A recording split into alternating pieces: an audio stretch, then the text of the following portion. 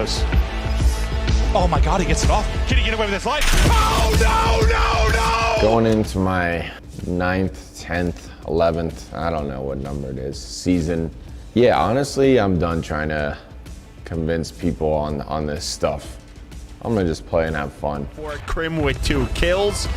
And that could be it. Krim with 3. He read the pinch so well. Krim with 4. I can't even see him. He's just pre-firing everybody right now. Krim continues with the M4. Krim is lining them up. They can still win it here, but he runs out of ammo. 3 rings, 4 rings, 50 championships.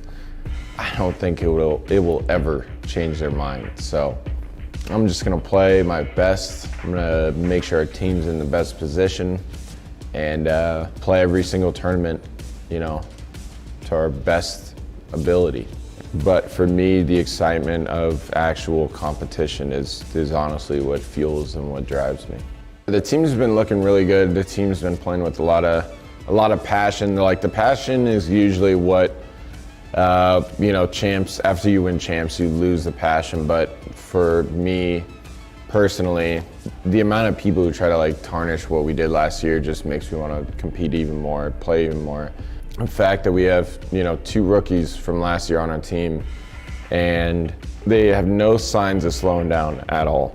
It's actually awesome, because every single team that at least I've been on, after you win champs, they usually just fall off the face of the planet in terms of their drive and their passion to win. Honestly, nowhere to be found, but this team is completely different.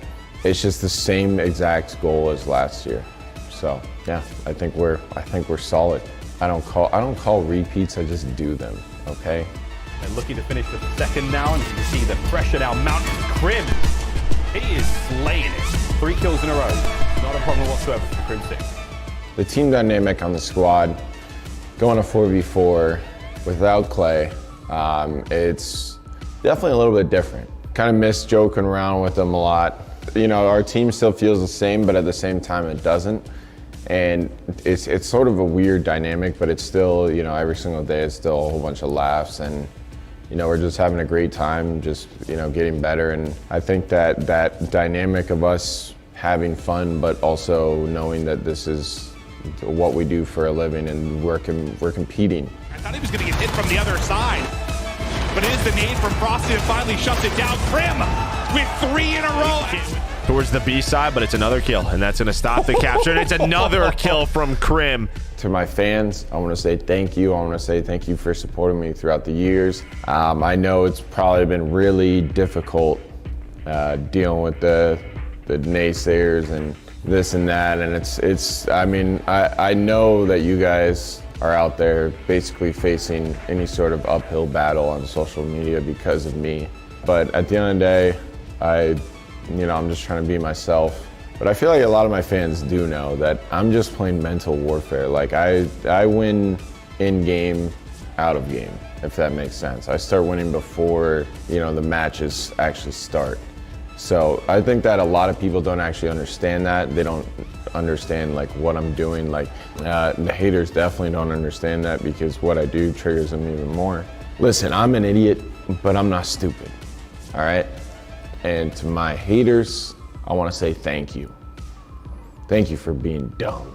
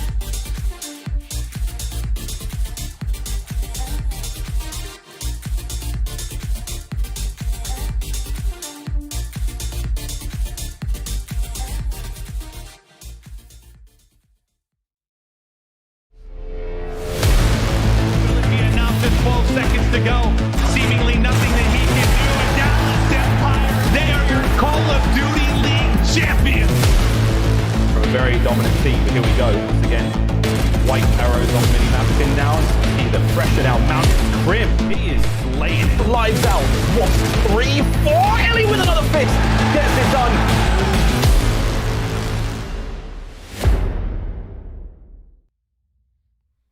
What's up, everybody? Welcome to the Dallas Empire co-stream here.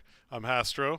I'm joined by FeLo. If you guys don't know FeLo, FeLo has joined our team as a substitute this season. Hopefully we'll get to see him run into some games.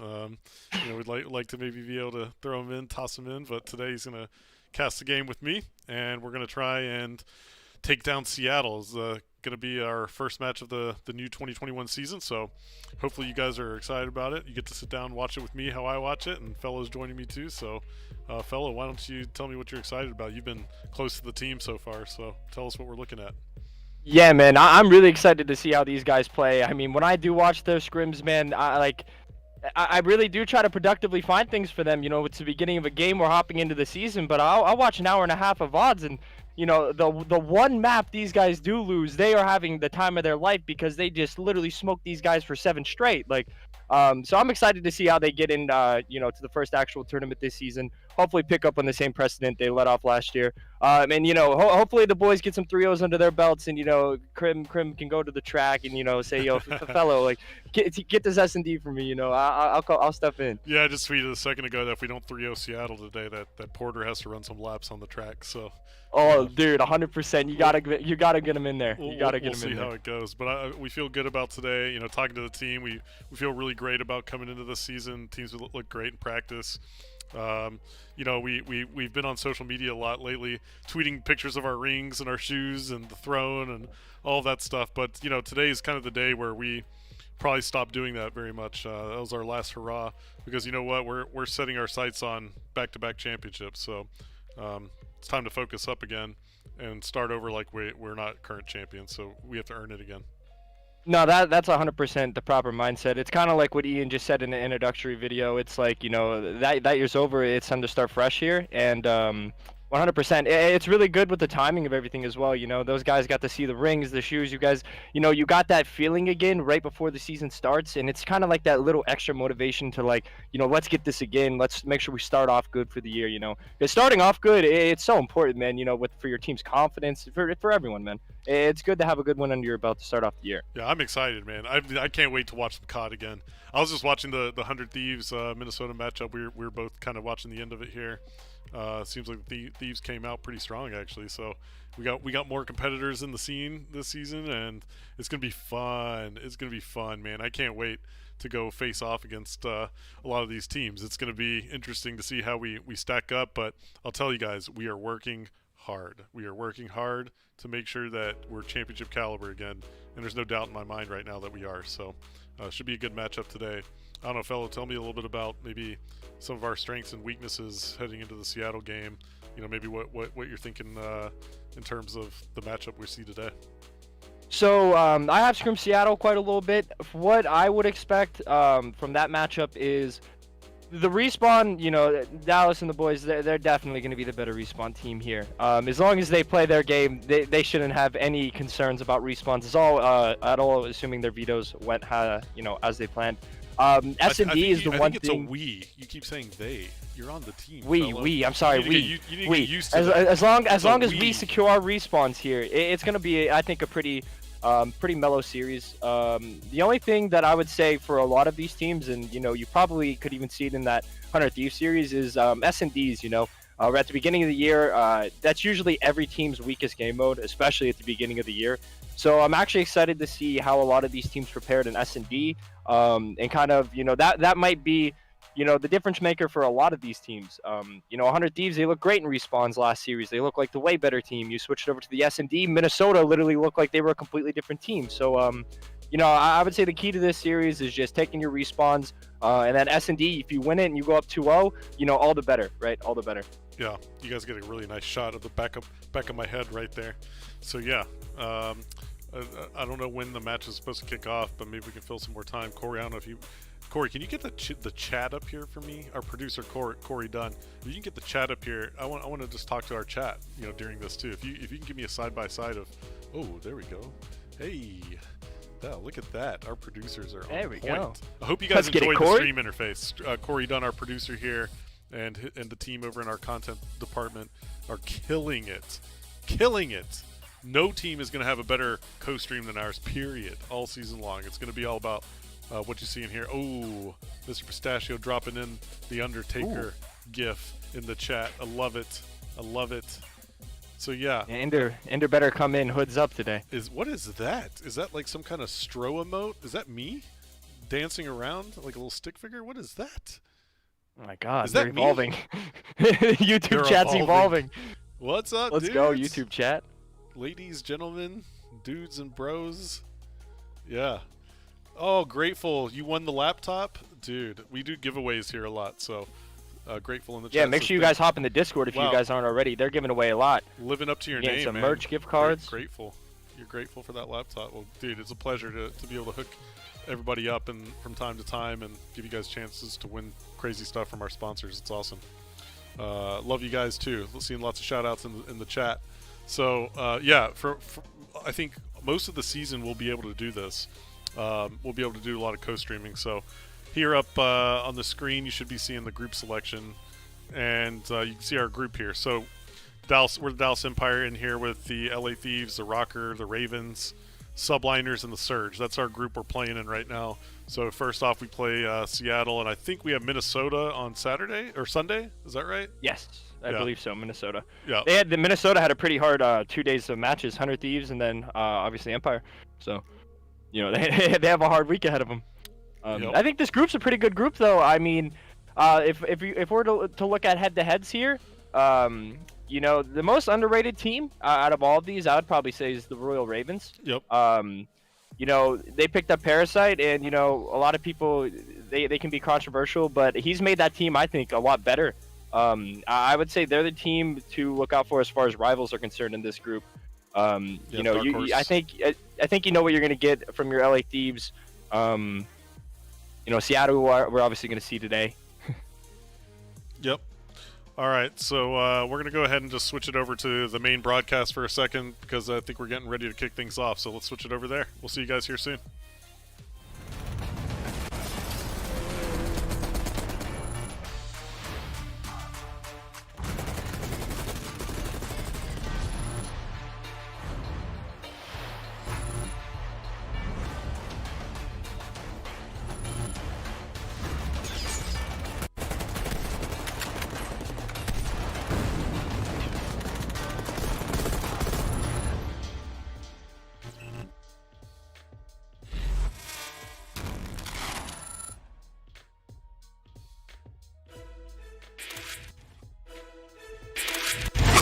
Ladies and gentlemen, welcome back to the Call of Duty League. We're still here on opening weekend. It's our last match of the day. The Dallas Empire going up against the Seattle Surge. I had to nip away for just a brief moment there and become humongous, but we're all back now. It's the first day. We're going to have some strange moments, but let's deal with those as and when they come. Myself and Chance guiding you through this next one is going to be an absolute treat. We have our current reigning world champions, the Dallas Empire, going up against Seattle Surge. New look squad, Chance. Very excited to see how they go. Are you pumped, brother? Of course I'm pumped, man. Like, this is a team, incredibly young players. You have two coming off their rookie season, and they got a ring. So, like, I'm expecting great things for many years to come. Very, very exciting things again for those rookies who managed to pick up the first World Championship in the first year of play for them. But let's have a little quick trip down memory lane and see a little bit more of the Dallas Empire and their climb to the throne. In the first season of the CDL, it was Dallas who claimed the throne. Since that fateful day in August, the victor has certainly enjoyed the spoils. Before they start their title defense, let us remind you how the Empire became the kings of COD. Simp backs up to help him. But they have 30 seconds, maybe. They have to go. Everywhere you look, you just see They gotta Empire go. players. Time ticking, second by second. FaZe's dream of a championship is disappearing. Every window, every door, there's somebody. It's a ludicrous gunfight win for Sim, but will it be enough? Just 12 seconds to go. Seemingly nothing that he can do, and there's the final kill.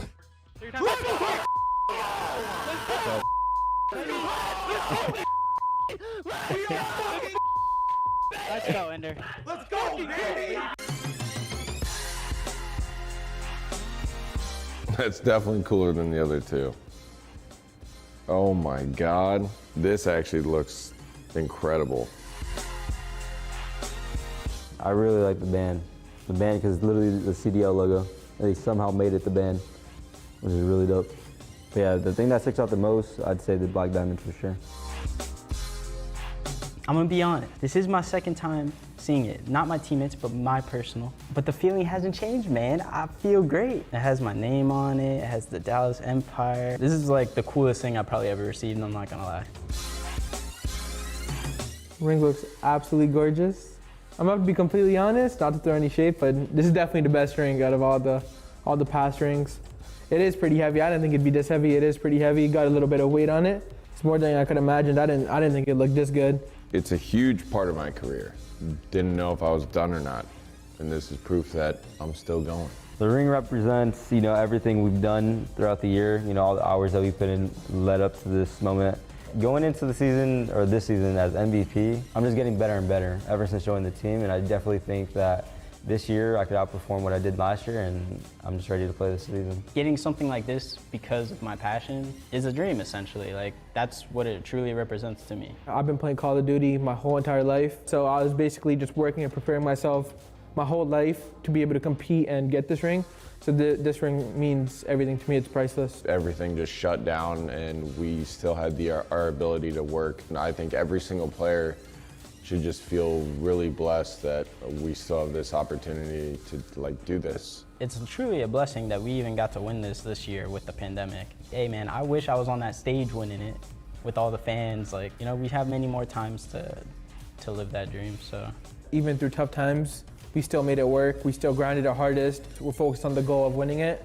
And it means a lot to us, a lot to me especially. So I'm gonna get a good shelf or whatever, and then I'm gonna put our trophy that we won at LA, and then my Halo trophies, and then both of my rings on there. More than likely it'll be close near me at all times, just so I have it accessible, just to look at it. I'm definitely gonna have that right beside my setup, and just to remind myself every single day to work hard and just keep grinding, and what will happen if you grind, and it always pays off. We're just looking to be consistent, and we're just ready to play. Cold War is a lot of fun. I'm just ready to get it going. Just be ready. We're not slowing down anytime soon. This is just the beginning. If there's anything I want to say to the competition, I don't want to say to them. I don't want to roast them. I don't want to compliment them. I don't want to. You're a roadblock. You're a speed bump, you little. The Dallas Empire, they were your 2020 Call of Duty League champions, and boy, did they deserve it. Absolute heroes. I mean, not a bad start. There you go. It is Bling Central. Crim rocking all three. But you love to see it. I mean, for Huke, Illy, and Shotzi, those first-time victories, that is unreal. Crim, the man has been doing it for a while. I'm not going to jinx him, but I'm going to do it eventually on the broadcast. And when we do, we're all going to have a good laugh about this one. But Illy, what a way to enter the league.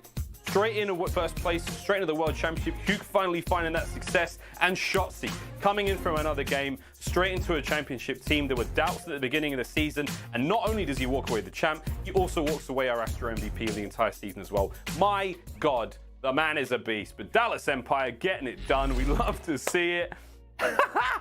Love to see that. Dallas, congratulations again. But that was last season. And this is now. Right? Right, Chance, right? Am I right? I'm right. I mean, you're exactly right. I was going to say, it cracks me up of they're all putting it on different fingers. Shotzi put it on the pinky. You got Huke put it on the middle finger. Illy actually put it on his ring finger. Meanwhile, Crim's got his collection going, but it looked like the rest of them are just leaving the rest of the hand open, man. They got a lot of work to do to bling themselves out. Well, there's a whole season to get another one now ahead of us. But before we carry on, riding the Empire as long as we can hard because they were great, their opponents, ladies and gentlemen, the Seattle Surge, in their first match here of the CDL 2021 season, going up against the Empire. This one should be a treat. Put your hands together for Seattle Surge.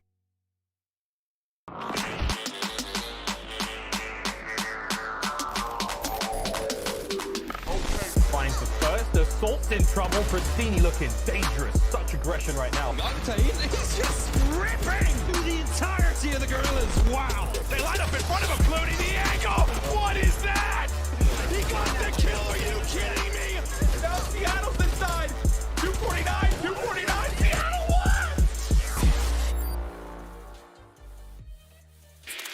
Seattle Surge looking to rebound after what was a difficult 2020 season. A new look roster, Octane being the only member remaining, but Pristini, Looney, and Gunless joining them. This is a very, very well-rounded squad. Again, we're looking at search and destroy prowess there. Gunless, one of the most individually talented players Call of Duty has seen for a long time. Bouncing that alongside the brains of Looney and the flanking skills of Pristini. The man is a menace on the map wherever you put him. Octane, does he finally have the help that the memes were screaming for all year long last year? We will soon find out. But oh my God, do they have a difficult opponent in the form of the Dallas Empire, Chance? I mean, again, just the fact that we're introing and be like, hey, world champs, here's their ring, and then the other guy, like, kind of situation. It's the most difficult matchup you could have right off the rip, but hey, the way I look at that, it's an opportunity. If this is your toughest competition, get off to a hot start, get that win, get some steam underneath the sails or whatever the right phrase is gonna be. I liked it. If you wanna be the best, you gotta beat the best. And of course, this is just an opportunity for Seattle, and of course, an opportunity for us to see exactly where these teams stand, right? The chatter, I think, for the Empire has been that they have not slowed down, and they look as good this year as they did that last year. All right, welcome back, everybody. So the boys look like they were happy right there with their rings. That caught me and FeLo off guard. We were cracking up in here. Crim calling Unmatched vibes. Crim Unmatched calling everybody vibes else from the boys. speed bumps. That's actually how he looks at everybody. But here we go. We're into the game. Looks like we're starting off with control. So FeLo, why don't you tell me what we're looking to do here? So, Empire started off on bad side and already flipped. That's just what you love to see. Crossroads, personally, if I were Surge, I mean, this is a very sub-based map, you know. Like, as a player, shooting against Kyler, you know, shooting against all these guys with subs, I personally wouldn't want to do it. I'm curious how the vetoes... Yeah, see, this is what I'm saying. Like, this guy literally is just... dude, they're poetry on the map, bro. Like, between these two, just straight poetry on the map. But right now, you know, they're chilling. They have good side P1. Right here, they just got to get a wave of kills, make sure they don't flip. They're good. Yep, we're looking pretty solid right here. Looks like we locked spawns down here too, so P2 is going to be pretty contested, but I feel good. I always feel good when we have spawns, man. You know, yeah, our team's so deadly. Yeah, they're so quick and they're always on the same page when watching them that it's like when they are in the proper spot, they just funnel in the spots over and over and over, and it's like you're not outgunning them enough waves to, you know, to get anything done on the map. So it's like, you know, you give them a favorable spot, they're gonna take advantage of it for sure. They're good at making use of their advantages. Yep. So I'm trying to look at the scoreboard right now. I think Hook's just been hot. Hook seems hot. Ender's been hot. Yep. Both of them are almost 2-1. Crim's up KD. here, dude. This is such an important spot. Like him just staying alive up here. You know, getting kills is all good and all, but like just staying alive up here makes it to where they're able just to fill in. You know, the subs, Ender, and they're able, or Kyler, they're able just to hit the outskirts of the map. You know, start playing ahead for P3 a little bit right here. Yo, chat, give me your predictions. Give me some map scores here. What you guys think this Crossroads is ending at? Keep in mind, you know, P4 remember, is if it's not a 3-0, Porter's running laps. He's running laps on the track. We have a big track in our office. Like it's like this. I don't know how to explain it. Our office is like one big, huge oval, and so it's like this massive track. And so Porter's running laps if we don't 3-0 today. Imagine your high school. Imagine the track around your high school, and that's a big office. Literally. Yep. I'm trying to 100-point club in map 1. I mean, that's what I want to see the boys do always. Looks like we're having a little trouble breaking in here, but this is a very scrappy hill. This is, you just keep hitting it and hitting it, and it gets really scrappy. But they're getting kills right here. They got them pinned right here. One more wave of kills, and they can flip them here. This is big. Yeah, man, and they already are starting to flip them. It's been a long time since I played Call of Duty professionally, but I'll tell you guys, like in maps like this, hard points on maps like this, like you have to just be unselfish. You know, if you're a selfish player, you're gonna cost your team so your hard. trades aren't going in the right direction. Like you have to, like for example, the hill you just watched. It's like out of all the maps in this game, that's probably one of the most flood-heavy hills. And like it's what you're saying. If you're not being selfless and you want to, bait that guy in front of you a little too long, and the trains don't go in your favor, you're just fighting from a downhill battle the whole time. And then this hill right here, this is your money hill. If you play behind on the hill before this hill comes, they're full 60 in you. That was huge right there. That was what a surgical break right there by the boys, man. Perfect That could have been a really ugly right there. We could have just given up and lost the lead right there. Perfect break. That was Seattle's chance to come back into the game, and they stopped it. They stopped it. That was a really good break. Yeah, that's always a good sign, man, when we're able to break like that early on in a hard point. Oh, look at it. Look at the kill feed now. You're not, in P4, you're not going to see very many, you're not going to see very many teams giving up breaks on this hill. This is the one hill that when you rotate to it, this is your opportunity. Look at the mini map right now. Look at Kyler. Look at Kyler with that big flank. Oh, got that two-piece too. No, he did not get 30. They're going to start flipping now. And now who's on old? He's still alive. He's going to start spawn killing him off old. Watch. He's going to start spawn killing him off old. This is a perfect setup. Kyler's playing great right now, man. Kyler's on point. I actually think Kyler is going to be more dangerous in this game than he was last game. I mean, everything that I've seen from him so far playing this game just says like he's just like on another level now. And Straw, what it is like NW they had a little bit faster of a time to kill. This game, Treyarch, it has 150 health. It takes a little bit longer to die, which leaves one, the other person has to hit a little bit more shots, and then two, you have a little bit longer to extend your life in this game. And that's, I think, where they all flourish their best, Yep, agreed. 100%. Agreed. They have good side of P1 again. This is great. Dude, Kyler's already dropped 22 on him. And the funniest thing is that's real kills too. You already know he's popping with EKIAs. He's popping up his scoreboard right now. And if he has 22 real kills, he probably has like 30 plus EKIA right now on his screen. So he's probably like 30 and 10 on his screen right now. Like as a player, dude, you pop that up and you are just confident. Like look at how they're challenge stuff. Like, they're just, they got it locked. Yeah, it seems like the gameplay is going pretty fast here. So. Trying to see what we're doing here. Looks like we lost spawns, lost the rotate, but we're going into a listen in. Take our time on this. Yeah, let's go up. Take our time on this. Yeah, let's go up. Let's go up. Yeah. Probably push out mid lane. This guy can. Yo, one's still on 18. Okay. I got him. Sam on like 18. There's two. One's. I spawned deep, so. I'm making a strappy. Yeah. And time dead. Nice, Make sure I'm literally making a strappy. Yeah. I'm watching top cat. No, Looney got me. Sam, absolute top.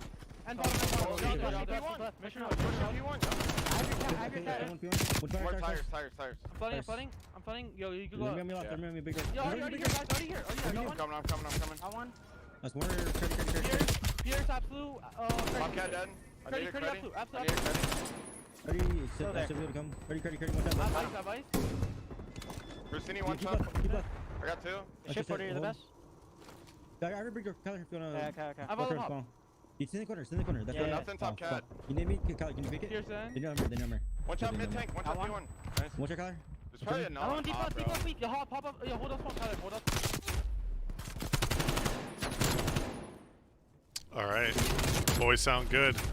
You heard Kyler gassing up Ian there. Kyler getting some gas in. The comms for a second there when they were breaking, it sounded like a little dry. But what they just did a really good job at right there was, even though they didn't have P2, they ended up flipping out. They at least got them off that time a little bit to make it scrappy and made them play from behind. And then they've held this P3 the entire time. They just did a really good job of just trading those kills out or tank. So now they're in the spot where they're holding P4. Ian dies, unfortunately. He can hold his cam, though. He should still spawn back here. He's probably going to have to rotate the hill. But, they're still in a good spot. They got these kills cliff. They kind of did what Seattle neglected to do the first half of round. Kyler's hitting a beautiful pinch right here. He's just being so heads up on the map. Like, these are, even though he died, these are the plays that teams just neglect to do that they do that just puts them way further ahead. Every single one of them know when they can take that pinch, and, it's such a good play. Right now, they should be able to hold this out. This is the last 30, obviously huge. They can't win off this, but Seattle obviously has to play for this if they want a chance. Yeah, they had to get every second there. I think we stepped off for just 1 second. But it's all right, man. We'll see if we can actually get the rotation and keep them in the 100-point club. That'd be pretty Yeah, awesome right. to At, start thi- the at this season. point, it's keeping them in that 100-point club. You you're know they're talking going about. for it Make sure- too. Like I'll just tell Yeah, you guys they right now, are. our guys are literally probably talking about it right now. Like, don't let them get 100. Don't let him hit 100. I know Ian's already saying, don't let him hit 100. Yeah, let's see how they can make it work here. They're gonna have to break to make it work. Oh, Got a nice entry. That's all right. Trade. I'm chilling. All right, don't Yep, give number it to 4 him. spawn. Yep, look at that. Look at Shotzi, dude. Shotzi's literally just trying to be a thorn. Oh man. He contested though. Oh, that guy actually made a good play. Oh, here it is. Here it is. Oh, that was the kill we needed right there. If we got that one, we good. keep him there. Ender's behind. They flipped again. Oh, this could happen. Oh, they're not 100. This they're could not 100. happen. Give him 2. Oh, This could happen. We got Do it. We got it. That's it. Let's go. Aye, 100-point they club got it. first map. Yeah, so that's the way to start the season off right there. I mean, can't ask for more from the boys right there. Coming up big with the 100-point club. First hard point of the season. Gotta love it. I know Well you guys played, will love it in the Crossroads. chat. Yeah, Hook just popped off. I want to know what his stat line was there at the end. I mean, Dude, I was gotta hot. know how many Kias he just had. I gotta. Yeah, That was. he dropped a game right there for sure.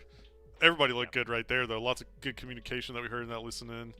I'm digging it. Every time I talk to the guys, I just keep telling them, like, look, don't get satisfied. It's progress. Like, fix all the little things. I say it every time I, speak to our team pretty much. And that's how we stay ahead. And so they look good right there. It looks like we're still making progress.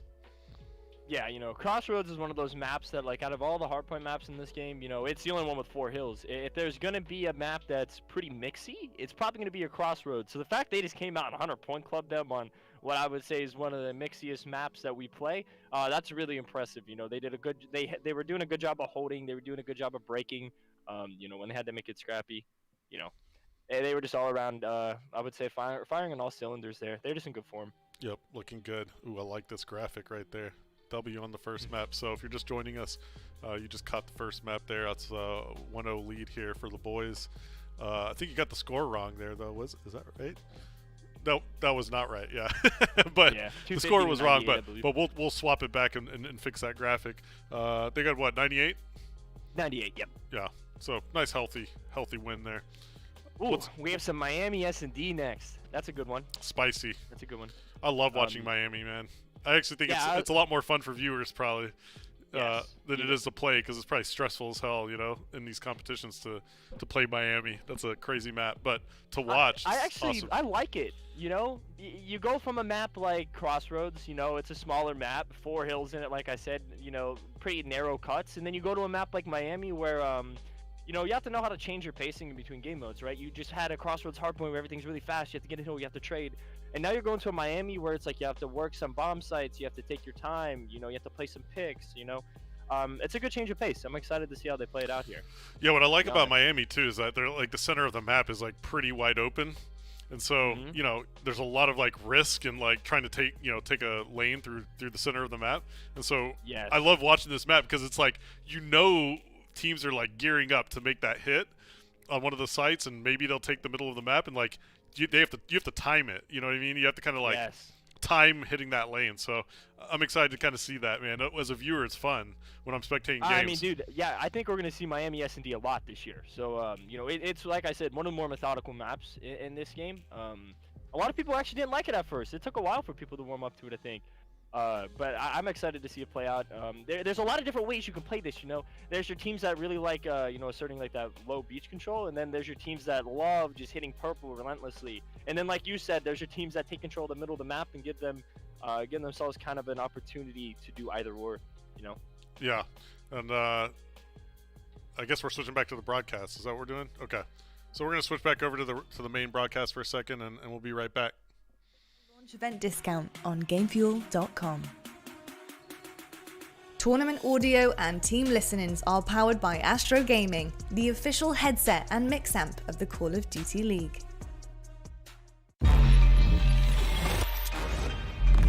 Take your Call of Duty League experience to the next level. Tune in by watching our elite competitive players and earn while you watch. He's gonna challenge for the third, not a fourth, but one a play. And earn rewards throughout the season. Get an upgraded viewing experience with higher bit rates and superior chat features. It's all gonna come down to the rotation. Ultra are now in position to Well, close this out. how can I get all these amazing drops, you say? It takes less than 30 seconds. Simply go to youtube.com/account_sharing. Click on Connect to link your YouTube account with your Activision account. Then click Continue. You'll be asked to provide your Activision login credentials. Alternatively, you can log in with your PlayStation, Xbox, or Battle.net account. Click Sign In. Once you've signed in, you'll be asked to share your information securely with YouTube. Check the box and click Authorize. You are now connected and eligible to receive drops. Play Call of Duty Black Ops Cold War, watch the league on YouTube, earn rewards, and level up. Call of Duty League 2021, fight for the call. Don't forget, ladies and gentlemen, go to callofdutyleague.com to register and link your Activision and YouTube accounts so you can earn this weekend's rewards, the Cash Stack Weapons Charm, and a 30-minute double XP token. I can't wait. I actually would quite like that right now as I put my phone back under the desk. Because you know what? You shouldn't have your desk. You shouldn't have your phone out at work. Keep it on silent. Be professional. Myself and Chance ready to rock and roll now. Straight into our next matchup. Before we get to that one, Chance, it's time for our Game Fuel keys to victory, my friend. We had a little fun writing these to Dallas first. I mean, what can they do wrong at this point? I mean, well, nothing wrong, apparently, man. They're just going to be on cruise control, and I think they're just looking for the 3-0 because I think the main goal for this team, right? You're coming off world champions. Keep that mental edge. Like, you want to bury all of the teams that are expected to be towards the bottom of the league, or really just anyone around. That way, when teams have to play against you, they're concerned. Their confidence is not going to be coming in at an all-time high.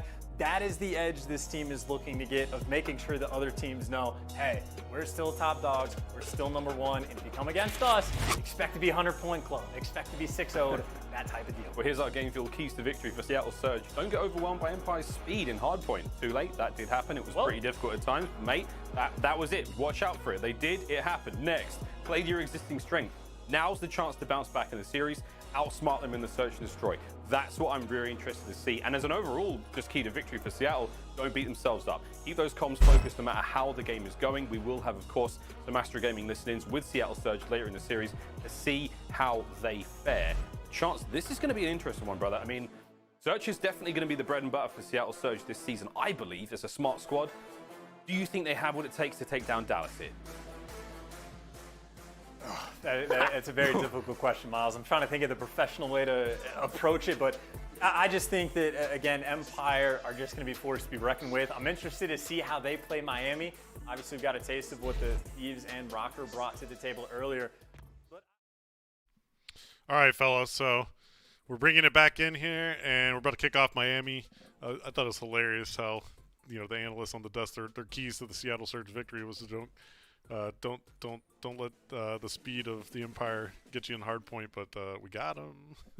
Got him. Those keys to victory on their end were actually pretty accurate, dude. Like, so I'll be honest, I've seen some key to victories where I'm like, you know, they could have made a better point, but those ones were actually really on spot. I agree with all of them. You know, I've teamed with both Pristini and Looney on Seattle, and they're both very good sub players, but they're both very different sub players. And you know, playing against Empire, you know, playing against us, I've scrimmed us. You know, I definitely see how you can fall into the pace of things, especially when you have Ant and Kyler with subs just, you know, playing as fast as they are. It's easy to fall into that pacing. And you know, it's like what they said. They fell exactly into the pacing. Here, they just got to come out hot in the S&D, which, you know, there you go. Round one. Boys didn't slow down right there. I love that play by Kyler, man. You know, he's spotting up top right there, sees that there are two up there. He throws the Simtex down, and instead of like just using the Simtex to get away, he like goes right back in for more, man. You know, that's confidence right there. You know, he's like, you know what? I'm 2v1 right here. Whatever. Let's get right back in. Yeah, no, they just played their info really good that round. Now offense, this is where I'm. Yeah, I call it Simtex because I'm like, you know, I'm an ancient Call of Duty player. Okay, yeah, so it's called a sticky grenade these days. Yeah. Okay, made a mistake there. I'm an old Call of Duty soul. No, you're good. So right here, you know, they're just spreading. They're just trying to get info. They're not, you know, they're not leaning towards a bomb site. They're seeing, okay, there you go. Octane gave Krim a pick. Now they have an opening. Now they can work a site, you know. That's how they're looking for right there. That's a perfect Miami offense. I do like what Seattle's doing here, though, in their setup. You see, who's that? Pristini? Is it Pristini? No. Okay. I think it's Pristini on Beach, right? Yeah, there he is. Wait, number 6. Yeah. Yeah. He's playing a spoiler right here. Yeah. Now the rough part about this map is like those guys double and B. A lot of the times they have subs, and like, it's like what you said when Crim now has the middle of the map, and it's like these guys are trying to rotate back to help their teammates, and it's like, how do you rotate back through this bomb with a he sub? missed Shotzzy there. Oh no. Oh, Christine's and playing it smart. See, he that's should what. get traded. That's Oh, what. nope, he got Yeah. See, that's what I said. I liked what he was doing there. I mean, that definitely caught us off guard. That was a big play by Pristini. Yeah. Another weird thing about A though is you know, there are a lot of those little spots, kind of like what he was just playing, where you can just hide and like kind of wait for people to cross and get that, you know, strategic 2-piece. So you know, I'm curious to see though how they're switching up their spots on A, because it's very hard to use the same spot at A twice. You start using it twice, you start, you know, the other team starts flying at you a little bit. Yeah, I mean, that play right there won them the round. Period. I mean, he just played that well. I kind of saw that coming, you know. It's like, yeah, no, you called it 10 seconds before it happened. Yeah. Yeah. I mean, it's like, it's just once you played enough S&D and you see where people are setting up and you see where the focus is on the mini map from our team, like you can kind of just tell what's about to go down. You know, they thought in their heads that, okay, this is clear, we just got to kill, we're good to go for the bomb, and then you're just sitting there, you see Preston, and you're like, oh no, someone check it, please. I wish Ant would have, like, you know, looked to his left there and at least checked that corner, but the second guy would have at least. Hindsight's you know, 2020, man. Hard to say. Yeah. Let's see here. So it looks like Seattle's kind of setting up for a B hit here, right? Oh, Ant's going with a flank. I don't think they saw him. This will be big.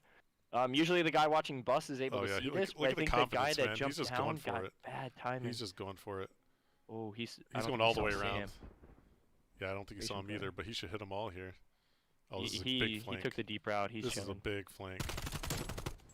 Good shots. Let's go. Oh, he's not enough there. Oh, okay. The sticky got him. I don't know what just happened. 3v1. Yeah. Pristini on A-bomb by himself. Ant just got the Shotzzy just got the kill from the grave, man. He got the. Oh, he naded the guy. Yeah, he naded him right before he died. Got that sticky nade in. Nice. And Pristini's cleaned up. They have some solid defenses here. Yep. I mean, it should be a 3-0. You know what we used to say when I played, you know, when on the old Envy teams, you know, everybody says S&D wins championships, right? But we would take it one step forward and we would say S&D defense wins championships, because if you win your Ds, you win the rounds, man. You win the rounds you need. So defense was always everything for us. Especially in I'd say a lot of not older CODs, but CODs in the past, you know, most maps I would say are always more so favored towards defense. Nowadays you occasionally get like the one map out of like the 5 for S&D there where it's like offense might be a little bit better because of where the bomb sites are. Yep. But no, 100%. This is one of those maps. Every time I play Miami against like a pretty good team, it's like round for round, and then who's going to be able to execute on their offense, take that offense, and then, you know, keep winning their Ds. That's usually a difference maker on this map. All right, let's see what they have up their sleeve this round. Looks like they're not playing that deep. Pristini in the same corner. Oh, he is in the same corner.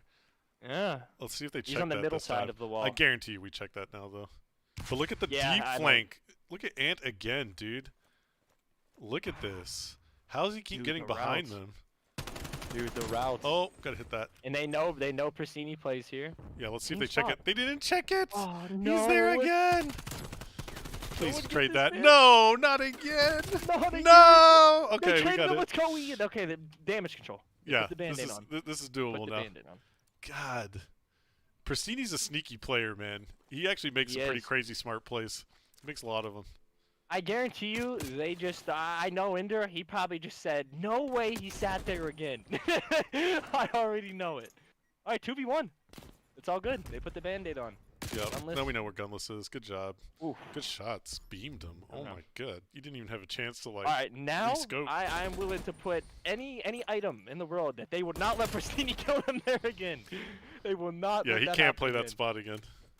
No. That's such a dirty spot, though. It's really hard to push up down beach and then whip back around and, like, look at that angle without risking from, you know, the deep beach. So there's a lot of crossfires right there.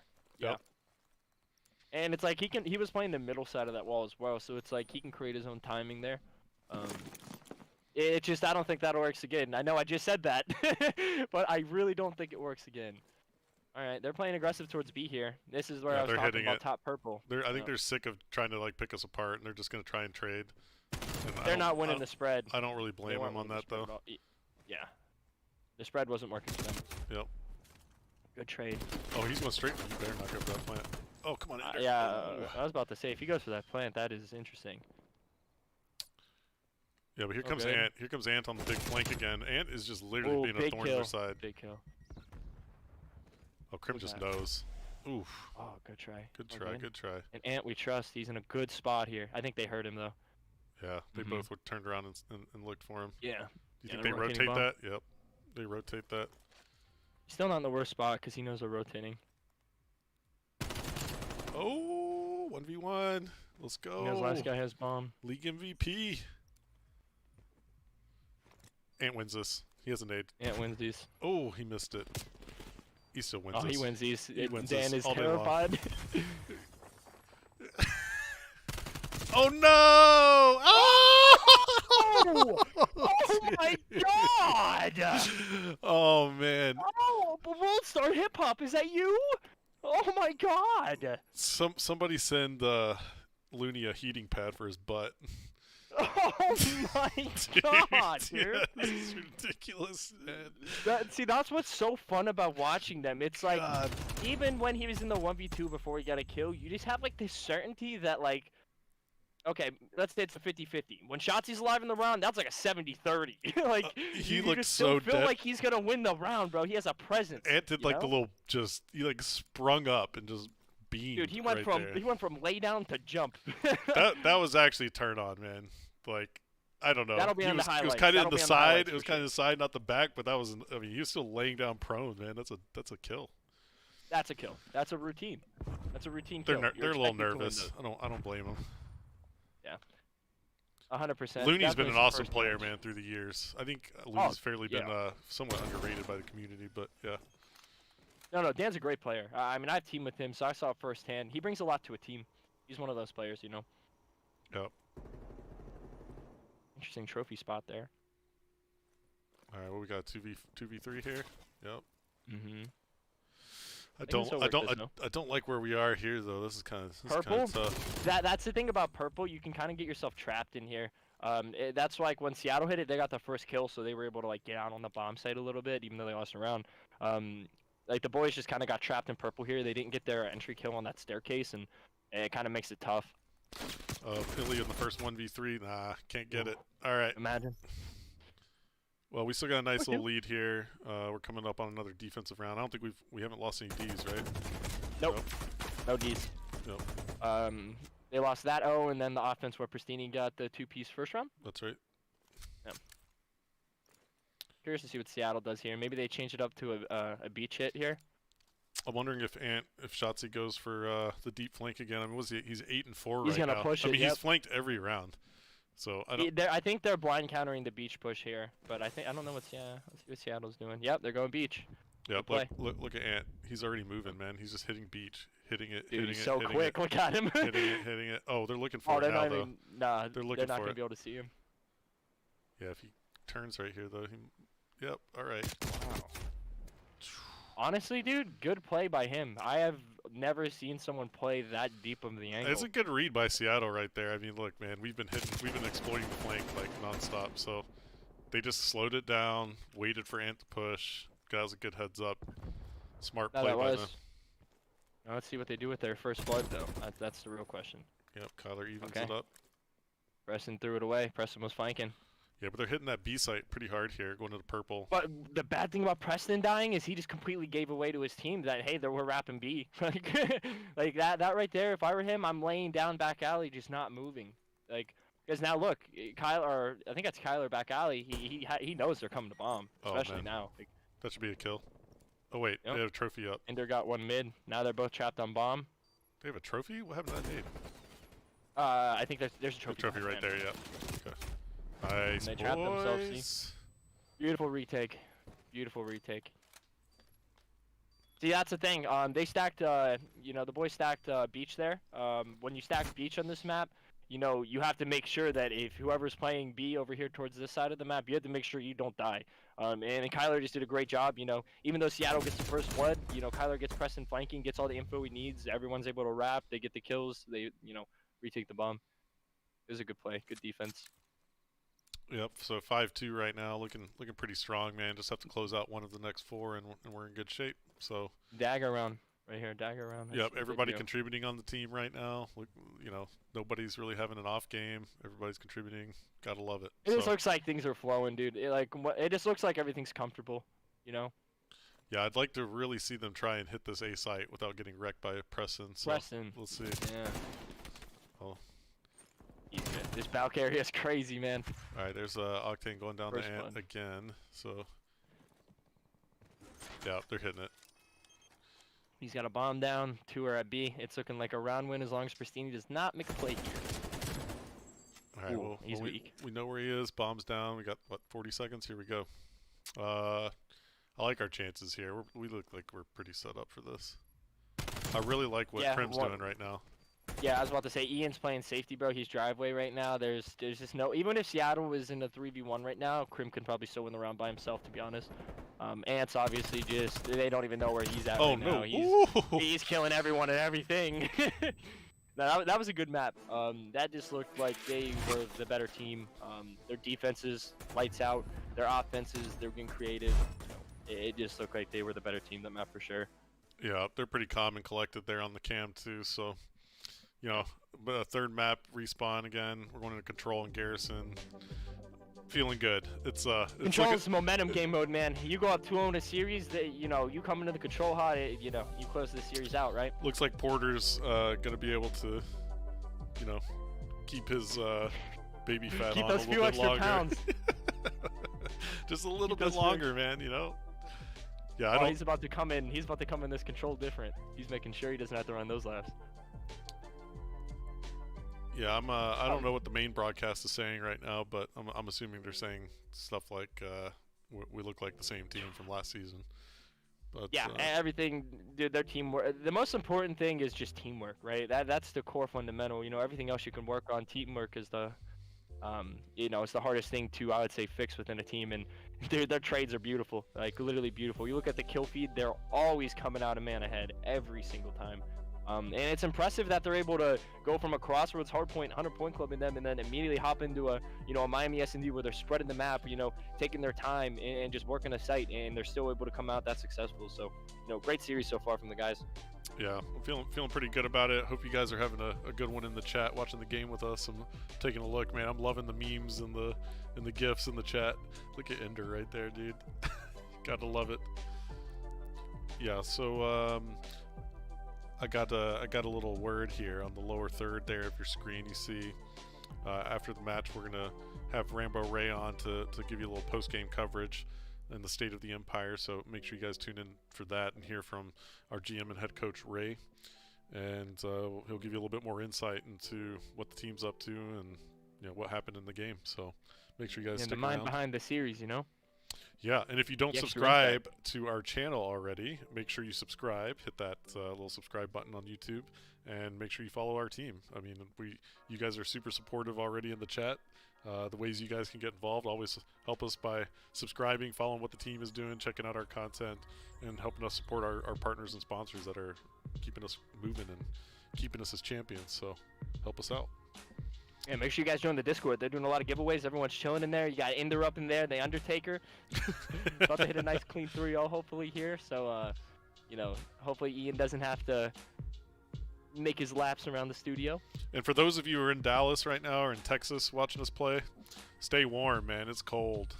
It's real cold outside. It's supposed to be 0 degrees at some point this week, right? Yeah. Or is that today? No, I think it's supposed to be like Sunday or Monday or something like that. Wow. Yeah, that was bad, man. We're supposed to get snow and ice on Monday, I think, but it's already been icy.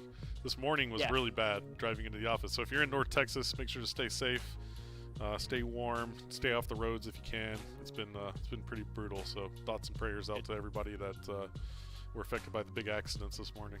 It was pretty rough. Yeah, driving on ice is no joke. That stuff is terrifying. Yeah. Definitely be safe. So all right, chat. I'm still seeing my little gifs here and there.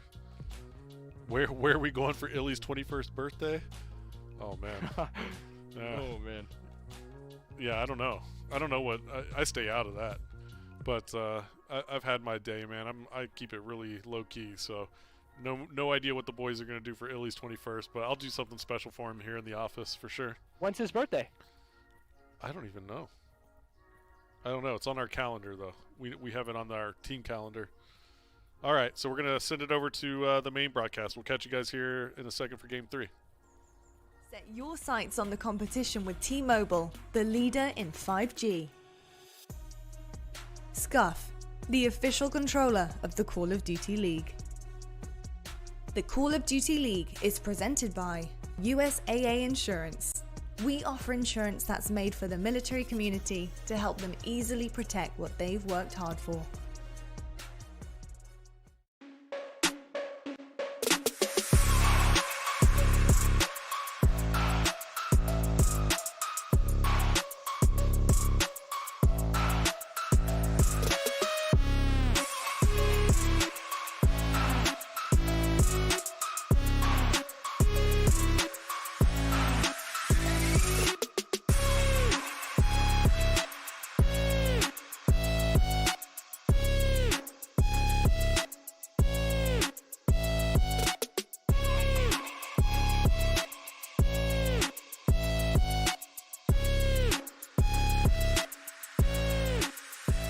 To the Victor go the spoils indeed. Dallas Empire versus Seattle Surge, our game number 3 coming up in just a short while. But I thought it's only fitting that, being the start of the new league, we're going to have to explain a few things to new folks. New game modes. And one of those new game modes is, of course, Control. Now, I thought of all the people to explain to us how to play Control, we may as well go to the coach of the current reigning world champions. Let's go to Rambo Ray, who's going to teach us all how to play Control here in the 2021 season.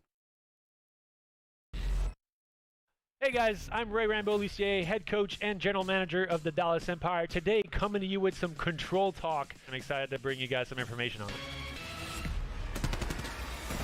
Control is a kill-based objective mode that has 2 teams fighting for objectives. So you have 30 lives total, you have 26 respawn lives, and the 4 original lives you start with. Typically, Control plays out in the fashion that the offensive team will kind of determine which side they want to attack first. They'll either go for A for B as a team, and then the defending side tries to rotate and put their defenses in the right position to try and prevent the opposing team from getting those objectives.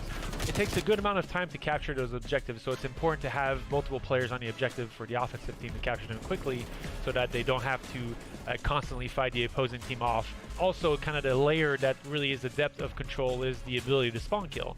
Unlike most of our respawn modes we've had in the past, it's pretty hard to get close to your opponent's spawn, but in Control, if you position your team correctly, you can very much set the opposing team in a trap, either side, offensive or defensive side. So the difference in maps really is what's cool about Control is you have some maps that are very offensive sided and some maps that are very defensive sided.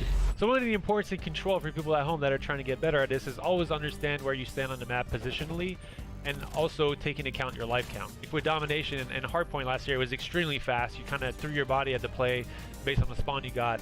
And this year with 4-on-4 and Cold War, it's changed a lot. There's a lot more situational plays you have to kind of understand, and your decision where you should be or on what you should do and where you should be on the map in Control specifically is really based on how far your team up is on the map and also what your life count is. And on defensive side, let's say you have a life advantage, then you can kind of throw your body at more and trade kills effectively, because that'll make the other team, the offensive side, a little harder to get control of the map to get the objective, and also inherently give you more kills than the other team has to push them back towards your spawn, which is really ultimately the goal.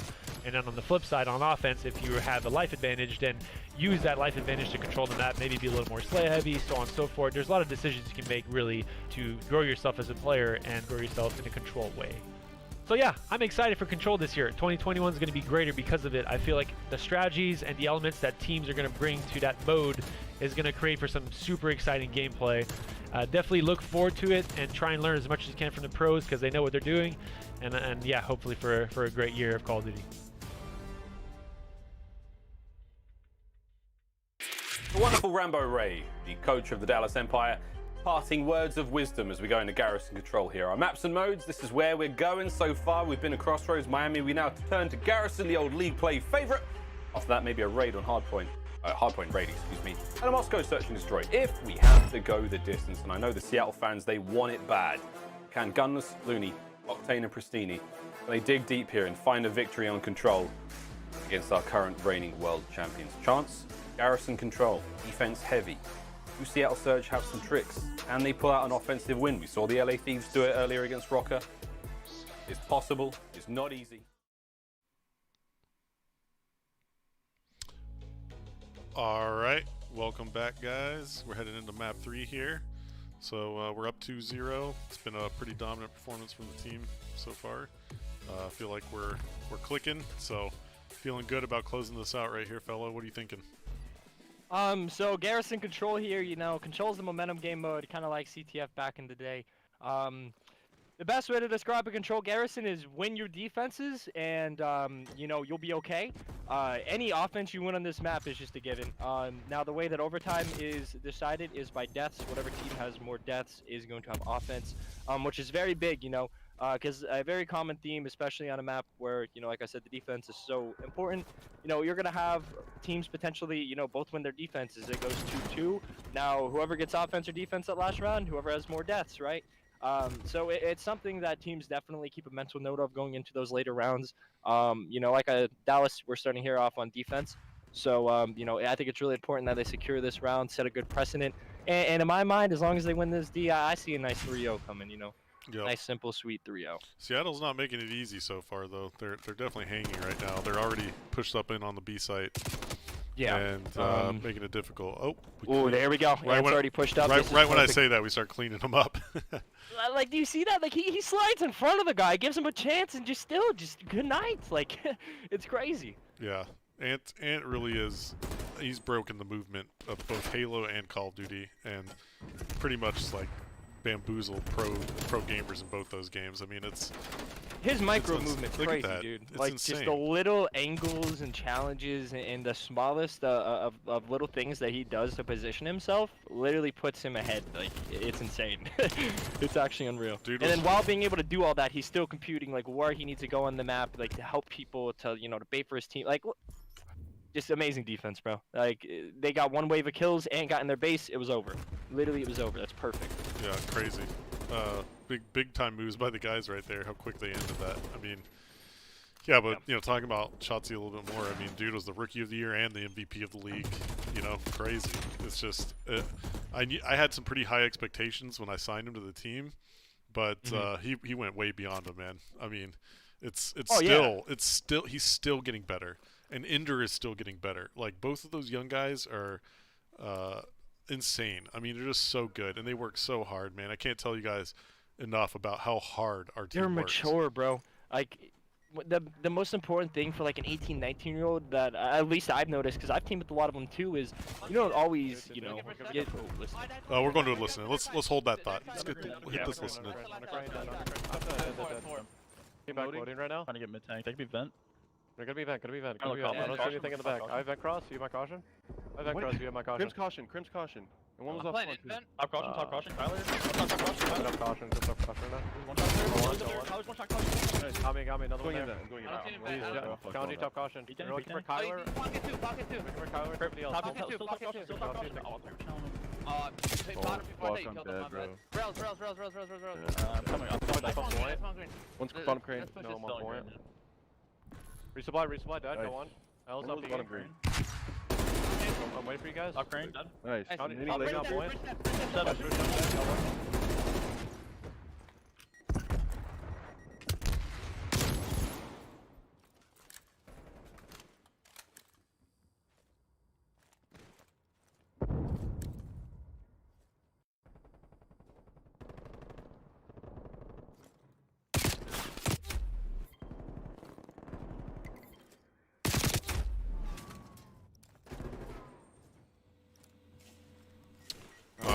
Welcome back from that listening. It seems like Seattle's still in the game, man. I mean, it sounded like they were still communicating quickly, and they're not. They didn't give up. Upset. Yeah, you can definitely tell they didn't give up. Yeah, they're still this grinding is big it. right here. That trophy got us right there. Yeah, man, you gotta watch trophy systems. Sometimes they're a good player. Yeah, I know we went back to 4v4, but they're not fooling me. Yeah, Those trophies come out of the wet work sometimes. Yeah, that was rough right there. We So make it happen. the takeaways from that is Dallas got some kills. I think. I obviously can't see the math. I think they got more kills than what Seattle got in their offense. The round at least lasted a little bit longer. I'm trying to say that. So at the end of the day, you know, you're looking at it as okay, win our D and we'll be okay. You know, win your D and we'll be okay. It's really important on this map though, just to you know, do your best to stack that B point on your offense because you know you don't have a lot of time.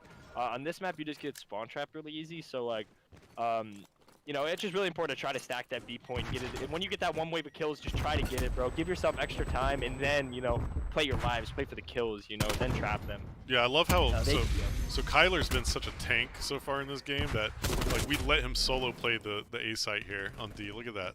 Like the dude just holds it down. Now he's hitting that flank. This might be a little bit of trouble here for Seattle if they can't catch Kyler. Look at Ant, bro. Look at Ant. And there's Spawn again. Yeah, Ant's already pushed up.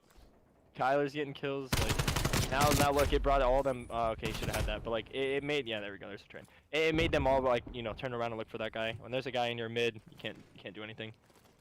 Yeah, now Kyler's kind of moved back over here to the B site. Looks like he just got picked. We gotta be careful right here. Can't get pressing too much. This is an important way nice. to trade. Double fence. I like it. Ooh. 3 down, and that's where this side starts taking off. 4 down. Boom. Off to the races. Off to the races. They know where the first guy's at. Oh yeah, he's done. He doesn't know what they're shooting at. He's dead. He had no chance. None. Yeah. And this is where Seattle right now, they're probably thinking in their head, okay, it's probably chalked. We need to play kills. Like right here, I think it's a mistake that Seattle's even doing this. I feel like you take your L here. They're all stuck right there. You just gave us another 6 kills. We just got the control right there, man. It's over. Look at that. They're in their spawn. They can't get out. They just like secured defense with those kills. Like with that extra like 6-7 kills they got there. Like what a lot of teams will do is if they're on offense, see there's 19 seconds left, they know the other team is like you know you're not killing all 4 of them off of all these power spots. You just know it's not going to happen. They kind of had to make moves right here, but the way they did it just like that's not working. Yeah, like Ian has no one shoot him in the side, no one around mid. This guy is free range. Trying to trade kills coming through that small corridor right there is so tough. Like especially without a trophy, they're just getting naded on cross. They're already weak. You know, it's unfavorable gunfights for sure. Yeah, I'm not a pro player anymore by any means, but at the end of the day, you're right. You're at the end of the day, I played Call of Duty professionally for like 7 years, so you know. Oh, dude, when I was 11, 12 years old watching your guys' COD 4 matches, dude, like that's where a wild SDL time started back for then. me. Oh man, the boys are starting hot again. I'm just gonna look at stats here. Krim coming in big, dropping 16 so far. You got Shotzi double positive, 14 and 7, crushing that OBJ play. So is Krim. They're doing a good job, but when they get kills, they're being so annoying. Yeah, I mean, Garrison's a very big finesse map, and like they're everywhere. Like look, Shotzi top green to mid square. Now he's gonna be in bricks. Like imagine what the other team's comms are sounding like during this. Right now they're saying Shotzi's in bricks and he's behind them. Like that's gotta be so stressful, dude. Yeah, I mean they're just being annoying right now. I mean that's what our sub players are. They gotta be just so annoying. They're relentless, dude. Relentless. Oh, look at this. You would have got that. Yeah, I mean, it's a big they're difference up some here. lives. They got some time. They're about to cap B, I do believe. They about to cap B? Come on, COD cap. Yeah. Oh, look at the cam. I actually like that. That's really cool. Yep. Good implementation there. Yep. All right, one more to go. Let's see if we can seal it up right here. We definitely have the man advantage or the lives advantage. So I don't think it'll come down to lives on their end. They just got to get one wave of kills and they're going to cap it. Yep. They should be good. Yep. One wave. Agree with that. Let's see if we can break it here. Ooh, that wasn't good. Preston's top green. He might be able to get some kills here. It might come down to lives now. We'll see. After that. Yeah. They evened them up a little bit. He should have stayed top green. Oh, Kyler heard that guy. Let's see. Man, the sticky nades in this game, they remind me of the old nades. You know, it's like they're pretty similar in the way you can throw them and how you use them. I like how they don't blow up until they actually hit the ground. Like in previous games, some of the sticky grenades, you know, they were timed and they'd blow up in the air. Here's that break. Crim just got really bad timing. Here's that break. In this game, you can throw the nade as long as you want, and it won't blow up until it actually hits a surface. All right, this is where we win the game right here. I mean, we have control. We pushed up. Love that we pushed up right there. Go ahead and get in their face a little bit. Put the pressure on them. They're at a huge life disadvantage. So we're forcing them to make moves now. We're set up. This should be the game. This should be the game. No reason we should lose this unless we make big mistakes. They got 2. Third guy's weak. They should be fine still. Ooh. Oh, Kyler! Oh, that's the poetry I'm talking about. Like, you can't teach that stuff. Yeah, like, those are the 2 pieces that legitimately changed the game, and like that's just unreal. Like, I'm sorry, that's just unreal. Like, look, they're back on the point, all because of a 2-piece. Like, I'm gonna have to go and give Kyler some love down the hallway here in a second after that. Oh my God, from the top ropes! Just to end it, I mean, that's just a little salt in the wound, man. But yeah, look, it's a 3-0. We kind of predicted it. The boys are looking strong, man. Can't keep us down too long. I mean, look, first game of the season, we've been dying to come back and play. The boys still look like world champions. We're pretty happy about that victory right there. Pretty clean. Yeah, dude, they didn't look like they lost a step. Every game mode, like even, you know, there's such minimal things you can point out. There was one mistake in the hard point, 1 round or 2 rounds where Pristini got the 2-piece in the S&D maybe, in like, I mean, even in the control, like, they played everything pretty much as good as they could play it, you know? Like, that was just a really good series. I'd be definitely happy. That was a clean sweep. I'd be happy if I were them. Clean sweep. Let me get some crowns in the chat. Do we have some crown emojis? Do we have those yet? I want to see those. Look at the boys right here. Cool, calm, and collected. Answers take care of business. Ready to check his fingernails, see if there's any dirt in there after that matchup. Probably not. They're still clean. No, those are still clean. They're still clean. It was quick work. Those are still clean. Yeah, then he's going to go to Twitter and give it the old, we won 3-0 versus Seattle. So easy day work for the boys. It's not an easy day's work unless you're prepared. So lots of hard days of work preparation. Love to see the crowns in the chat. Thank you guys for joining us here. Look at the stat line. Yeah. Lots of strong performances right there from the boys. Anytime I see an Illy stat line like that, where he's 16 and 16, you know, he's kind of like even, you know, it just reminds me of like how that's what you want to see. That's the stat line of a team you want to see. Inder is like our unselfish player. He's like the player that's just going to make the smart play to set up his teammates. He does it all the time. He doesn't get enough credit. 100%. When you look at those stat lines and you're like, oh man, Shotzi was like double positive, Krim had a big game. But you look at Illy in that stat line, like, I just got to remind everybody, man, don't underestimate Inder's stats, because the dude literally sets up the rest of the team. I mean, he's kind of like the setup guy for everybody to have success. 100%, dude. While Shotzi's sitting there, you know, hitting out their base on defensive control and spawn killing, while Kyler's sitting there in vents just popping 2 pieces, like, you know, you have to have people that are, you know, fundamentally holding parts of the map and that are taking an L to, you know, to help the guys that are able to flourish. And, you know, that's kind of what you're right. That's exactly what he does. And you're definitely right. He doesn't get enough credit for it. Since he's a younger player, no one really looks at him to step into that role, even though he does it really well. 100%. Yeah. So I think we have. So I'm wearing the new hoodie right now.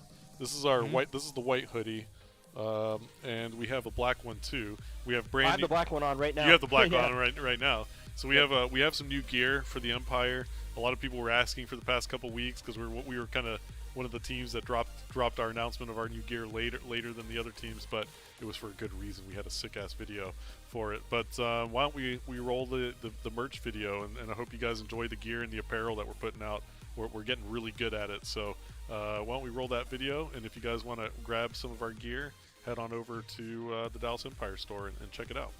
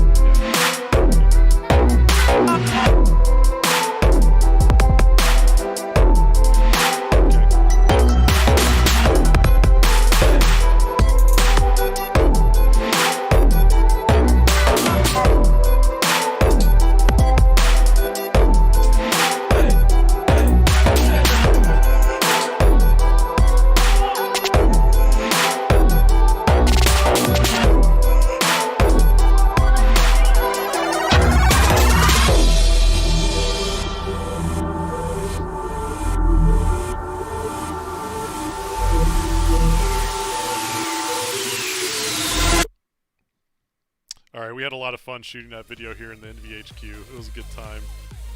Both of us were in that video, fellow. I hope you enjoyed it. No, yeah, that was my dude. That was my first time getting to meet everyone, to see the offices. It was a good day. It was a long day, but it was a good day, man. Yeah, I enjoyed it. Yeah. We had to show off our new team gear, so hope you guys really like it. We're gonna be pumping out more of that.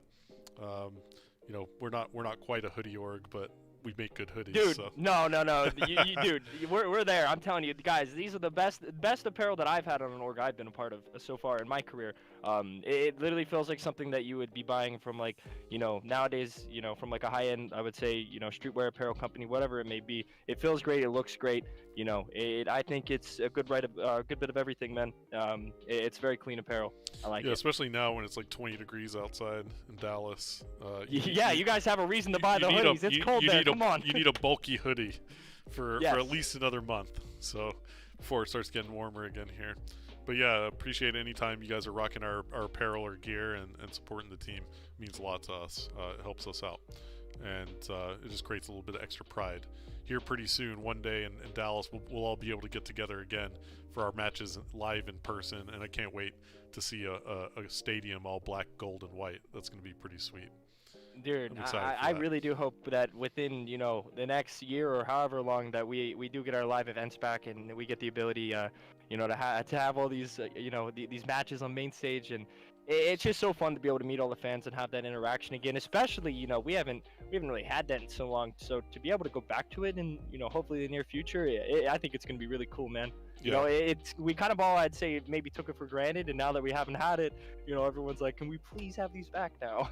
Yeah, I'm excited for it, man. It's we were just getting there before COVID happened. We were, I think, a month away from having our event when things went into lockdown, and we were selling a lot of tickets. A lot of people around Texas and Dallas were going to come and support, and you know, we were ready to pack in an arena and have a big event. We were about to do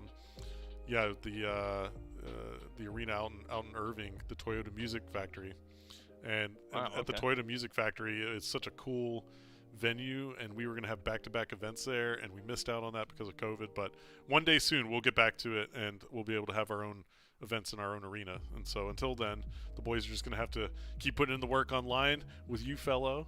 You're also putting in work for the team, so congrats on the W today. FeLo's also not only is he a substitute player for the team right now, but he's also doing some analysis and some work on our strategies and helping Ray out to get things going with the team. So FeLo's grinding with the team every day in practice, and he deserves a big round of applause for the W today too. So thank you. No, dude, they you know, those guys, that's kind of what I was getting into. Like, a lot of 18-year-olds and 19-year-olds, you know, you maybe have to give them a little bit more guidance, maybe be like a little bit more of a role model. But like those guys, dude, for 18 and 19-year-olds, they couldn't be better competitors. Like when I was in 18 and 19, like I still had a lot to learn, and I look at it now as in, you know, they're at this stage I was probably. I'm 23 now. You know, they're at that same level when it comes to being mature and, you know, having all those competitive, you know, just intangibles, and, you know, obviously having, you know, Clay and Krim as your mentors throughout the years is a big part of that. But, you know, these guys, they're smart, man. They're very talented players. You know, it doesn't take much to help them, right? They pick up on things really quick. Yeah, so all the credit to them as well. I made the mistake today of not wearing my ring.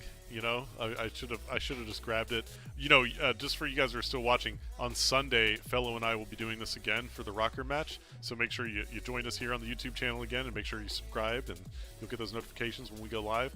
But I didn't wear my ring today. I should have. It's just in my office. But why don't we take a look at the video of the guys rocking their rings and take a closer look at and celebrate our championship one more time. So Corey, our producer, why don't you roll that video for me?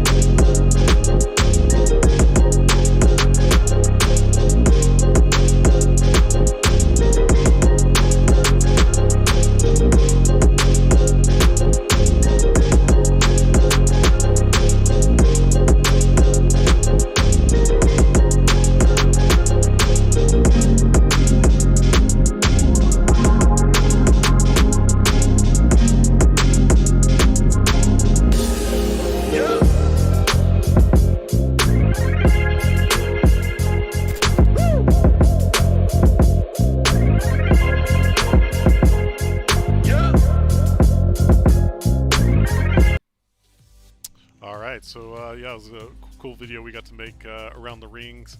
We are actually giving away one of those rings, so if you want to have a chance to win that thing, head on over to envy.gg/envyus, ENVYUS. So we're going to flip it over to the main broadcast right now, and we'll see you guys here in a bit. Oh no! Once again, they saved the day. Hello everybody and welcome to the Game Fuel Victory Spotlight. Joining us, we do have the one and only Crim6 from Dallas Empire. Crim, I gotta say, you always seem to do it somehow. Your team comes off so hot every time we come into a season. Last season was something to go by, obviously reigning champs and looking formidable yet again into this brand new season. How have you guys prepared though, since we saw you in the Kickoff Classic coming into the season where the points now count? To prepare, I mean, when did the game come out? November? October? It was a while ago. So I'm excited to start playing again, and it's been a very long time since we did. But yeah, I mean, this year we sort of wanted to make it a little bit different because we have way more experience now. We have way more, work fundamentals. Not so much of a learning curve. So, Minnesota last year, we got absolutely destroyed and didn't win a map, but hopefully we're making this a little. Hey, it's a definite change of tune from last season in the beginning. You guys obviously have gone through it in terms of coming into the new game. We've gone back to 4v4. You had to drop, a very good core player from your roster to make that happen in this new game. How was that? How was that process, and how are you guys getting on as a new core roster? Honestly, it sucks. It sucks a lot because anyone who won champs is going to be a very difficult decision. There was, when you win the last series of the last game, basically you're winning champs finals. There's just like no one to blame. Everyone did their part. Everyone played phenomenal. That's what I like. That's what it takes to win nowadays. And the fact that we had to do that, ridiculous. But yeah, sometimes it's very hard. Things have to happen. Changes have to be made. But through all of that, I wish you guys the best of luck this season. I appreciate it so much. Crim, do you have your ring on hand to show us before we head to a break real quick? Is it here? We need to see the bling, man. We got to see this ice. We've got to see it. We've already seen it all over the cameras. I got all of them, but the other ones, they all fit one finger, but they don't fit the other one. But the one thing, I wonder if you guys can see this. That's all right. Wait. Here. Hold on. Wait, I got to go the other way. Wait. We're getting there. We're getting there, folks. Ready? Wait. It's too icy for the camera, my dude. Look, okay, wait. You see the 6? Look at the C. Yeah. Oh. Look how good that is. See, that is clean. Yeah, now I understand. Who did this? I understand why you chose your name. Good job. Wow. We need to find out. That guy deserves a promotion. That guy or girl. Crushed it. Absolutely crushed it. That is stunning. Crim, I'm sure you're hoping to add another ring to the collection on your pinky. Mickey Mouse ring, guys. I love it. Well, Crim, thank you so much for joining me. It's a pleasure as always. Super fun. Take care, and I'll see you very soon. Folks, we are going to head to a quick break. But when we come back, we have the breakdown of everything we saw today, and we're going to be closing out the show in future for tomorrow. So really excited, and see you guys then.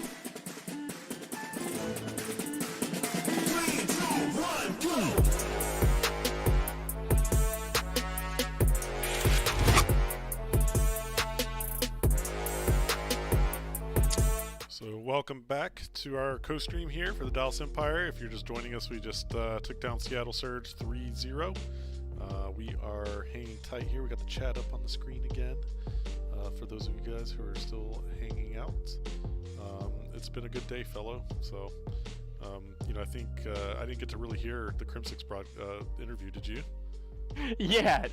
So his mic was cutting out a little bit, but hey, from what I got from it is, it was a pretty. It was what they expected it to be. They came in, played their game 3-0, showed off the ring a little bit. I must say, bro, like, so on the side of every ring, does it have everyone's name, or did he get that custom done? He has like a. We all have our names on the side, yeah. Oh, okay. No, that's sick. That is absolutely sick. Every ring is personalized, yeah. Yeah, no, that is sick. But yeah, I mean, it wasn't not too only crazy that. We actually of an interview. I made sure my our whole board of directors here at the team, we bought a ring for every single staff member, and made sure that every investor and staff member of our company had a ring for that W. So everybody got a personalized ring, which is pretty cool. Yeah, no, that's what I've seen over the past few days, and I completely respect that. Literally, everyone that was a part, got to be a part. Yeah, because we're all teammates here, man. Everybody at this company is a teammate and helps us get these victories. So, big shout out to everybody at NV Gaming, all of our staff. Hope you guys enjoy the rings that you're able to show, and you can join our family too if you join us at nv.gg/nvus. That's our membership program where. You guys can get a little closer to the team, get some extra discounts on apparel, access to a ton of our giveaways. I pop into the Discord a decent amount. I'll do it a lot more. Sometimes I just go into our NVS Discord and I watch games and some of our other games with other people and the members there. So definitely join us there at nv.gg/nvus. It's down there in the lower third of your screen right here. And FeLo, you being new to the team, you're a little new to the family, but now you and I are talking like we've always been family. Yeah, we're getting more acquainted, bro. I mean, every single day, I've just been kind of getting to know everyone a little bit better. Whether it's the social media people, whether it's you guys, whether it's the players, the coaches, the managers. I'm just starting to get a little bit more accustomed with everyone, and a little bit more relaxed. And it's a great environment, man. Seriously. Yeah, well, great environment. It's great to have you, man. Well, we're gonna throw it back to the broadcast one more time. We'll see you guys here back in a second soon.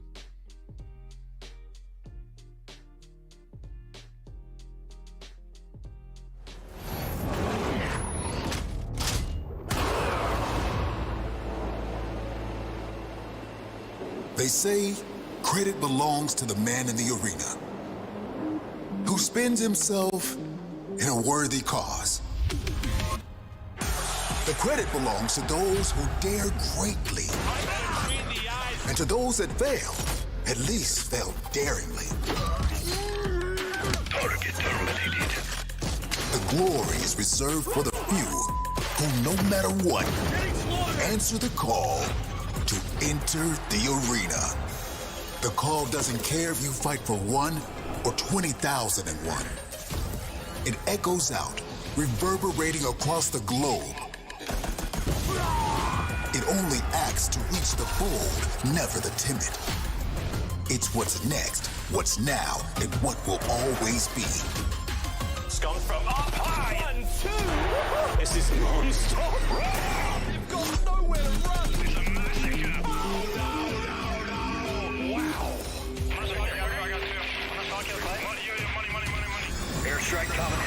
It's an ambush! The spawns are out of control!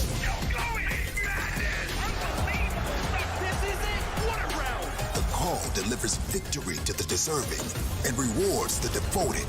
For when your time comes, there is only one option. Enter the arena. Fight for the call. Hello friends and welcome back to the Call of Duty League. Now what an incredible first day we have just had here at the opening weekend, the Atlanta home series, and we're here live on a virtual set here at Atlanta itself. Look at that view behind us, damn. Fabulous. Man. It's nighttime here. It's been nighttime, I think, the whole afternoon, but that's okay. We love the view. It's been amazing. Mr. X, Nameless, of course, we've had an epic first day, had a great first couple of matches, and honestly, I want to get straight into the nitty-gritty. We've seen Dallas Empire once again. We've seen them accelerate from the Kickoff Classic back into another dub, and boy, what a fashion to do it in. I've got to ask you, Nameless, any cracks in this Dallas Empire armor at all? Not that we've seen so far. I mean, back-to-back matches, they've won 3-0. They've dominated so far. Different players turning up at different times. This is the World Championship winners, right? These are the champions. And coming out in the next season, they have dominated and they haven't skipped a beat. Typically, when a team wins a world championship the next season, you do see some cracks in their armor off the rip, right? Like their overconfidence maybe sometimes. Not with Empire. They're on form and they're the team to beat right now, 100%. Yeah, I mean, they looked pretty damn good out there, and rightfully so. I mean, even against Seattle Surge, who have some very incredible players on their roster, they seem just flawless out there. Mr. X, I've got to ask you, man, are you seeing any kind of weaknesses coming through from Dallas that maybe you, as a player on a roster, could have definitely capitalized on? I kind of tend to agree with Ant, where I really don't think so. I think they looked really good today, and I think what Ant said is entirely true. A lot of the times with like a championship team like this, you don't have the same fire to come back and like do it all again and push yourself even further. I think that's where having somebody like Krim on the roster is huge. You know, somebody who's had these like long runs with teams in the past that have been really successful. So I think to have him like kind of guiding some of those younger players through this year, I don't think you'll see that with them. I think this will be a team that's really strong all year long. I agree. Yeah, I definitely do agree. And I think from my perspective on it, it's got to be I'm questioning some of our teams and whether or not through the season, whether or not they're going to be able to come up with some counter strats with Dallas Empire. And it's very early on. They're winning so convincingly so far. But can we see some teams come up with some wins against them? Are we going to see kind of, you know, a total rivalry start to form with some of the big dogs that we have already in the league? I mean, that is the question, is can our teams dance with Dallas Empire? I guess we're going to have to find out at some point. Yeah, we will definitely see. Now, I think another thing to look into tomorrow is, of course, our schedule. So let's take a look at what is going to be coming your way.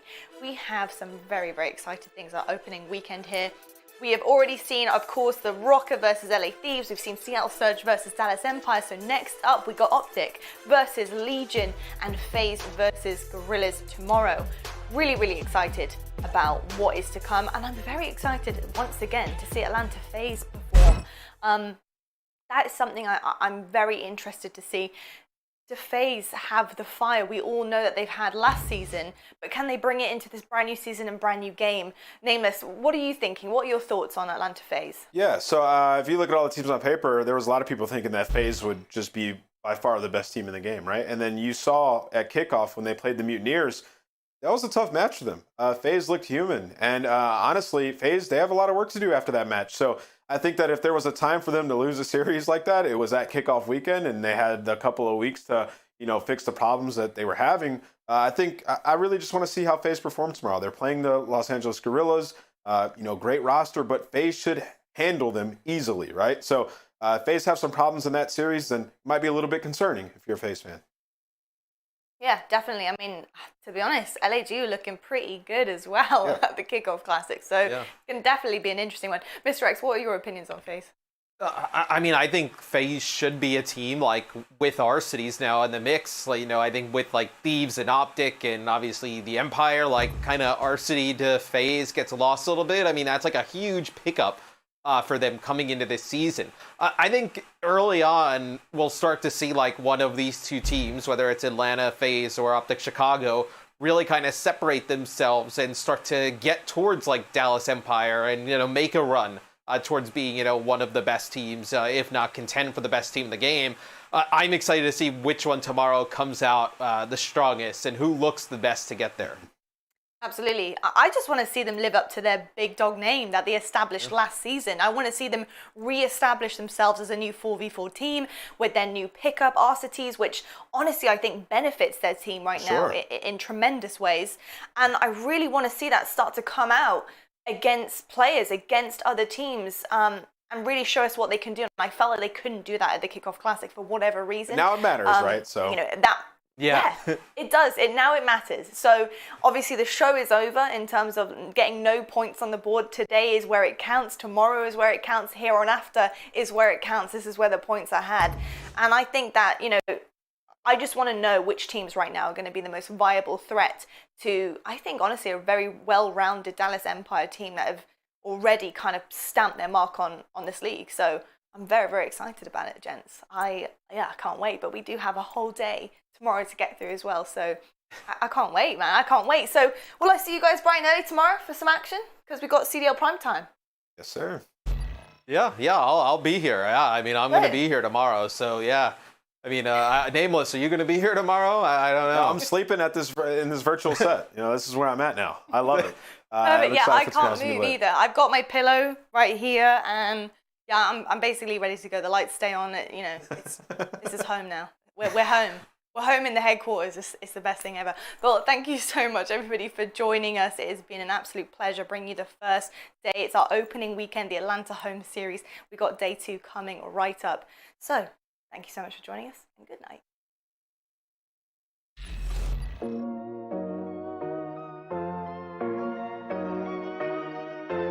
It's like, I've had enough of this. It's fine, the game's over.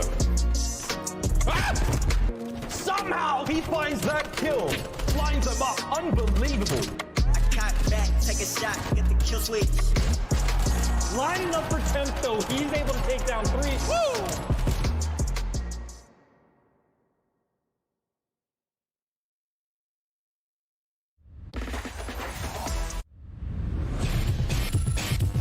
Dallas Empire have smashed the gates open. Oh no, Hook is in, you bait. Oh, it's a shot punch. Oh no! Once again, they saved the day.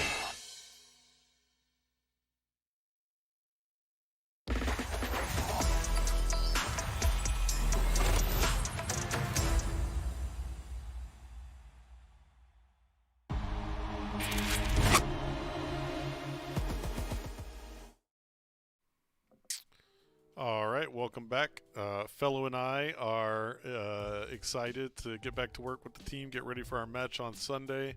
Both FeLo and I will be back here on stream for you guys and co-streaming here on our channel.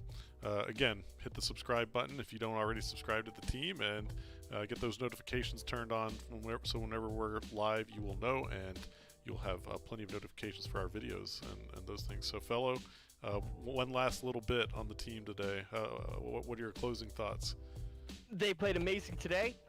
If I were them, it's pretty smooth sailing going into their match Sunday. I would say just maybe, you know, obviously watch them that Rocker VOD, see what they have to bring to the table. Rocker looked really good in S&D today against 100 Thieves, so I'd say the biggest preparation point is probably going to make sure that, you know, that they're just comfortable in their S&D. Besides that, make sure you have your ring on Sunday so we have that extra energy, and we're going to be back here for some more gameplay, and we'll be sure to analyze it and talk over the game. It's going to be a good time. Yeah, man. Well, here on your screen, you can see our Stage 1 matchups. We took care of Seattle already today, 3-0. We have the Rocker on Sunday, the 14th. Valentine's Day. I already know you guys have nowhere else to be. You guys better be here. Yeah, we'll be here. And then you'll see the rest of the group rounds out over the next couple weeks. So, again, 3-0 for the boys today. Here are your scores right there and all the maps. Didn't even get to see Raid, which is a good thing. We'll be back Sunday against the Rocker again. And right now, FeLo and I are going to take off, but make sure you stay tuned. Actually, here in a little bit, we're going to have State of the Empire with Rambo Ray after he's done talking to the boys. He's going to join us here on the broadcast, so if you stick around and keep your browser window open, Ray will be here to talk to you guys about the match today. And so hear directly from the GM and head coach himself, so don't go anywhere. But for FeLo and I, thanks again. I'm Hastr0. We'll catch you guys on Sunday. Peace out, guys. Have a good one.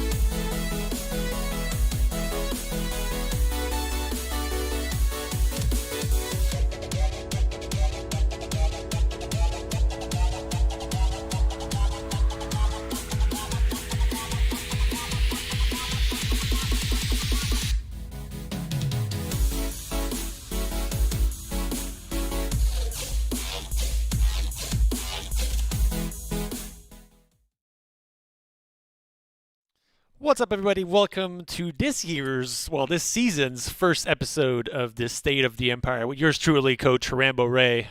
Today was a good day.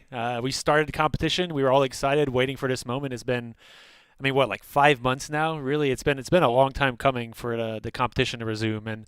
And we won champs last year, but we just wanted more after it was done. So it's really nice to kind of get back into it. All the guys are very happy. Our preparation for this season has been going very well, and as you guys saw today, we're coming out with the fire. We really want to do over and improve on our year last year. We want 3 events regular and then champs. We're really looking to do better than that this year, and I say that with utmost confidence that the guys, and we're putting all the preparation that is required to do so. And I want to talk about a little bit and attest to the time that these guys have been putting in our team, and all basically everyone that's involved in the Empire has really been putting in behind the scenes. It's quite amazing to be part of such an organization that's so kind of not demanding, but really kind of emphasizes on the success. And this is meaning success on everything, not just the playing side. But we're going to talk a little bit more about the playing side now, because I know that's what you guys care about. But really, the basis of today's match against Seattle, we kind of knew that Seattle's a good team, but Seattle's a team that's definitely got a lot to learn and a lot of things to improve upon. And our goal today was to take full advantage of that, really take advantage of the weaknesses we saw when we scrimmed them, and really kind of figure out the maps that we feel are going to be the strongest on against them as well. And our map pool right now is pretty strong to the point where we feel like we're in a good place to play teams against what we feel will be their weaknesses rather than play to our strengths. And I'd say that's something it's pretty early in the year to say something like that. Last year, we kind of grew into that mold towards the end of the year, and then we kind of went back and forth about how we wanted to pick certain maps against certain teams.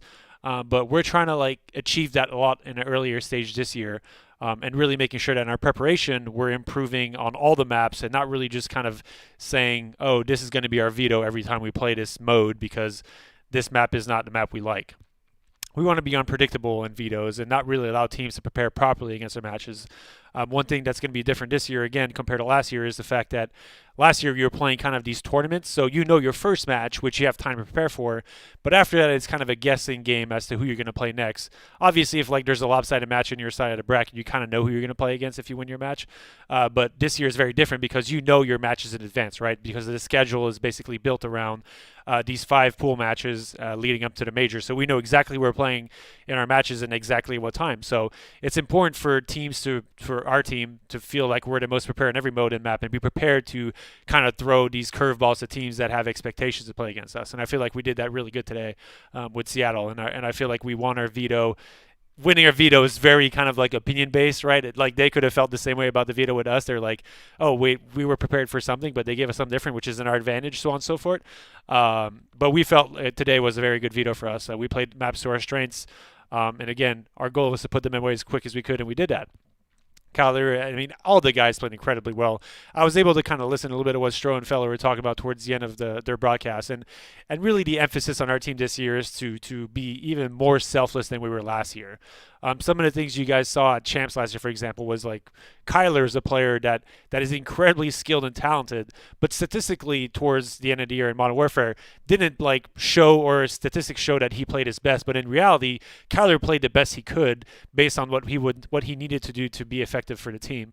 And this is one thing this year again we're doing, and we're trying to emphasize that even more so to where players have an understanding of when they do that in game, and it's not necessarily a specific player, but more so a situation that requires the player to really kind of push that threshold of selflessness to a new level, and understanding when it's your time to be selfless and whatnot. And I feel like that's what's kind of pushing us to start the year a little step ahead of a lot of the teams in the league. I'm not going to say every team. I feel like, especially with scrims, there's a few teams in the league that are definitely on par or very close to on par with our play. But when we play teams like Seattle, which we feel like we're definitely stronger than right now, we were able to kind of push those things and really put these things in practice. And you saw what it kind of does today. The hard point is kind of a perfect example of how to start the year on the right foot to all the things we've been practicing and preaching to ourselves to grow to the next level. So hope you guys enjoyed the performance. I sure as hell did. That was I kind of talked about it since State of the Empire last year a little bit, but watching games is incredibly stressful as a coach because you have zero impact on what's going on while they play. But today was not necessarily a stressful day for me because I felt like we were just so prepared, and the guys have such a good understanding of what we needed to do to beat those guys. And we were able to show that and kind of play it to a T. So Next match is against Minnesota on Sunday. We have 2 days that we're going to be looking to prepare and make sure, again, kind of like prepare against what we feel like they're going to give us on the veto side, on the map front, and really have everything we need to have prepared to show up and play our best. And that means basically everything that encapsulates that, without going too much in detail because I don't want to share our secrets, right? So I hope you guys enjoyed this. I sure as hell enjoyed today, and I'm looking forward to Sunday and see you guys there again. Hope you guys have a good one.